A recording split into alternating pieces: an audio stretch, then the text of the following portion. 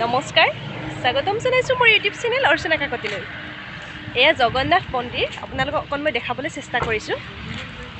এয়া আপোনালোকে দেখিছে, মই তাৰে অকণমান ভিডিঅ' আপোনালোকক দেখাম।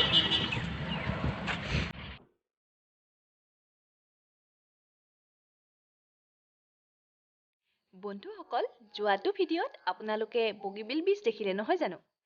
এই ভিডিঅ'টিত বগীবিল দলঙৰ পৰা প্ৰায় 23 কিলোমিটাৰ দূৰত অৱস্থিত এয়া হ'ল ডিব্ৰুগড়ৰ জগন্নাথ মন্দিৰ।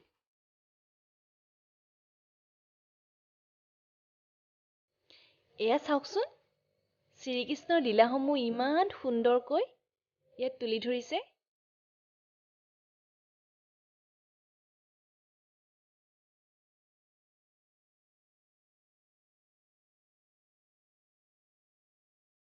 এইখন জগন্নাথ মন্দিৰৰ যিখন বাহিৰৰ ৱাল হয়, সেইখন হয়। এই বাহিৰৰ ৱালখনতেই শ্ৰীকৃষ্ণৰ লীলাসমূহ খুব সুন্দৰকৈ তুলি ধৰা হৈছে। এয়া চাওক,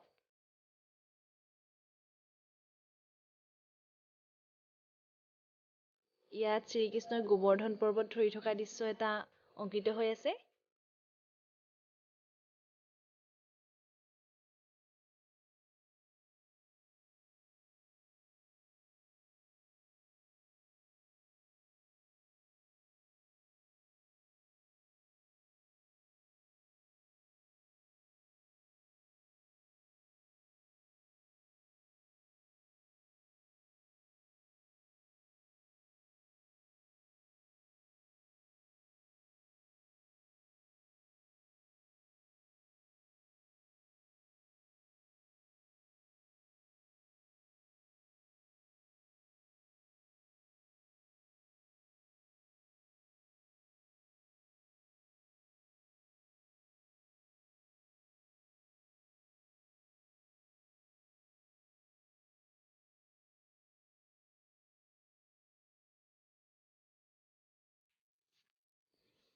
এয়া আহি আমি এতিয়া মূল প্ৰৱেশদ্বাৰ পালোঁ।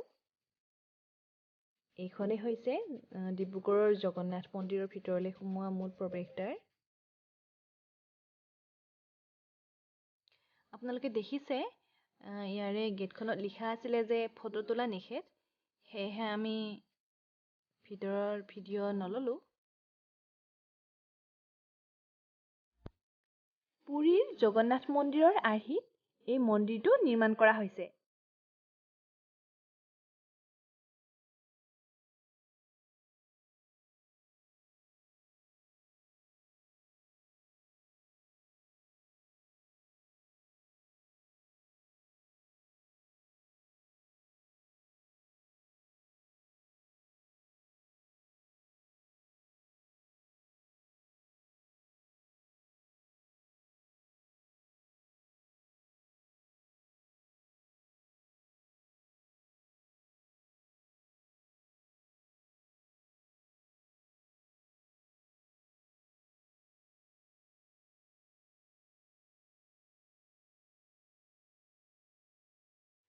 বন্ধুসকল, আপোনালোকেও কেতিয়াবা ডিব্ৰুগড় জগন্নাথ মন্দিৰ চাবলৈ আহিব পাৰে।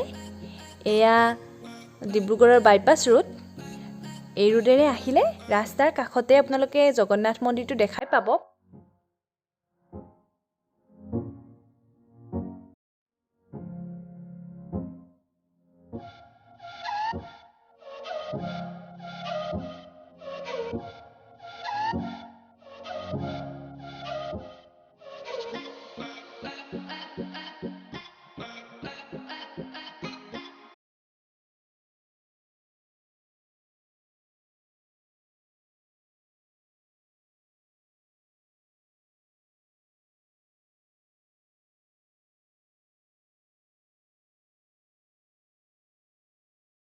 ভিডিঅ'টি চাই কেনে পালে মোক কমেণ্ট কৰি জনাব। যদি ভাল পালে লাইক কৰিব, শ্বেয়াৰ কৰিব, আৰু মোৰ চেনেলটো যদি এতিয়ালৈ ছাবস্ক্ৰাইব কৰা নাই তেতিয়াহ'লে চেনেলটো ছাবস্ক্ৰাইব কৰি দিব। তেতিয়াহ'লে আজিলৈ ডিব্ৰুগড় জগন্নাথ মন্দিৰতে এৰিলোঁ। নেক্সট ভিডিঅ'ত আপোনালোকক দেখুৱাই যাম। কি দেখুৱাম এতিয়া নকওঁ বাৰু, এতিয়া গৈ থাকোঁ। আজিলৈ তেনেহ'লে বাই বাই।